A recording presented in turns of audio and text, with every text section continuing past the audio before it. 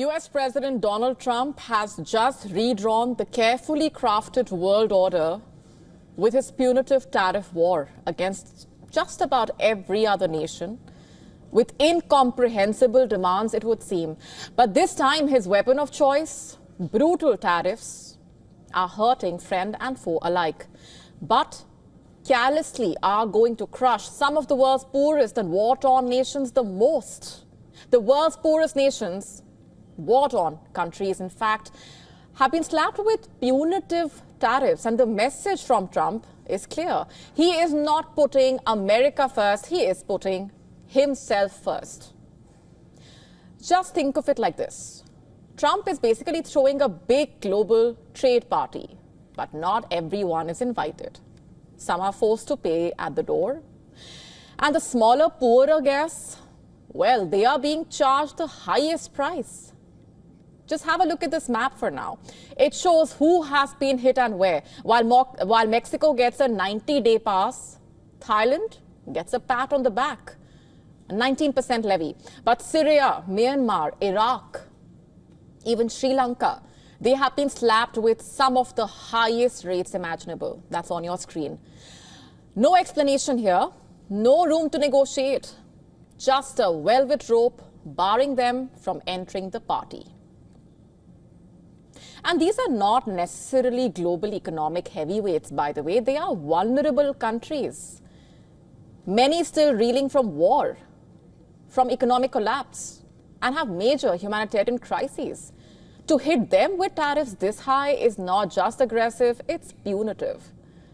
Because let's just take a moment here to just look at the numbers. At least in three countries at least, these new tariffs cut far deeper than just the trade margins.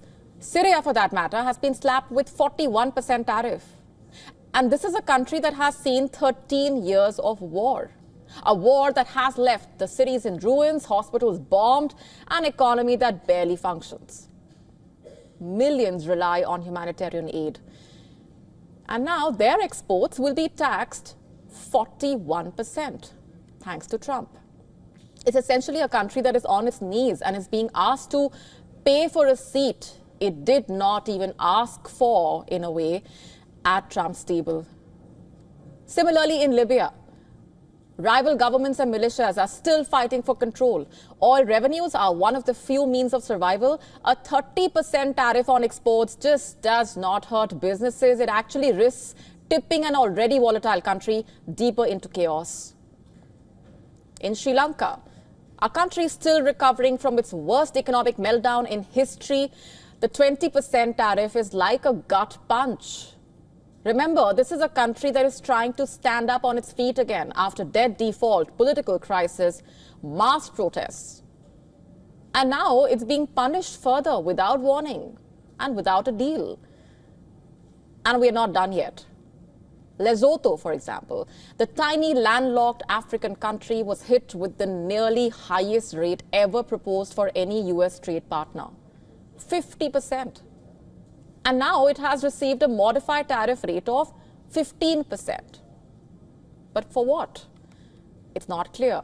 Just economic whiplash, it would seem, handed down by executive order. And these countries did not provoke a trade war, but they will have to pay the price for one anyway. This is Trump's party, and the weakest still pay the highest cover charge. And this is where the story gets even more political. Trump's tariffs are not just about protecting Americans. They are Trump's weapon on diplomatic retribution. Brazil, for example, gets hit with a 40% tariff because it prosecuted former President Bolsonaro for inciting an insurrection. Canada, it faces a tariff of 35% for supporting the Palestinian statehood. And when Trump wants a win, he dials it back, just like he did with Mexico after a call with the president. Meanwhile, three countries, Cambodia, Pakistan and Israel, have escaped economic pressure after showering praise on the US president. Cambodia, facing a brutal 49% US tariff, got the rate reduced to 19% after offering a Nobel Peace Prize nomination for Donald Trump. You might recall Pakistan and Israel did just the same. Israel faces 15% tariff, and Pakistan, the global exporter of terror, faces 19% tariff. Trump calls it liberation. He wants Americans to believe that this is some grand rebalancing of trade relationships. He claims that other countries have looted America for decades. Just 8 countries, including the UK, Japan, and Pakistan, have managed to cut deals. Dozens of others did not even get a chance. They just woke up one day to new tariffs. One might say it is Trump's country and his government. He is the host of this party. So in a way, he can call whoever he wants. But that's not how the world works, does it? And here's the problem in a way. The US can do this because the US dollar is the lifeblood of global trade. Remember, most international transactions run through the dollar. Most central banks of the world, in fact, hold the dollar. And if any other country explores any alternatives, like the BRICS, for example, discussing the possibility of a shared currency, Trump lashed out because if the world moves away from the dollar, the US loses its hegemony. So when Trump talks about winning trade wars, this is who actually loses. It's countries that are already dealing with inflation, with debt, with war, and now they face higher costs to export basic goods. And here's the thing, these countries had no part in the trade imbalances that Trump is actually talking about, but they will surely become the collateral damage in this battle. And at the end of the day, it will hit the pockets of American consumers.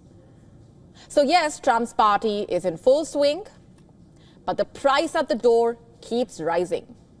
It's not based on fairness or trade rules, it's based on Trump's personal politics.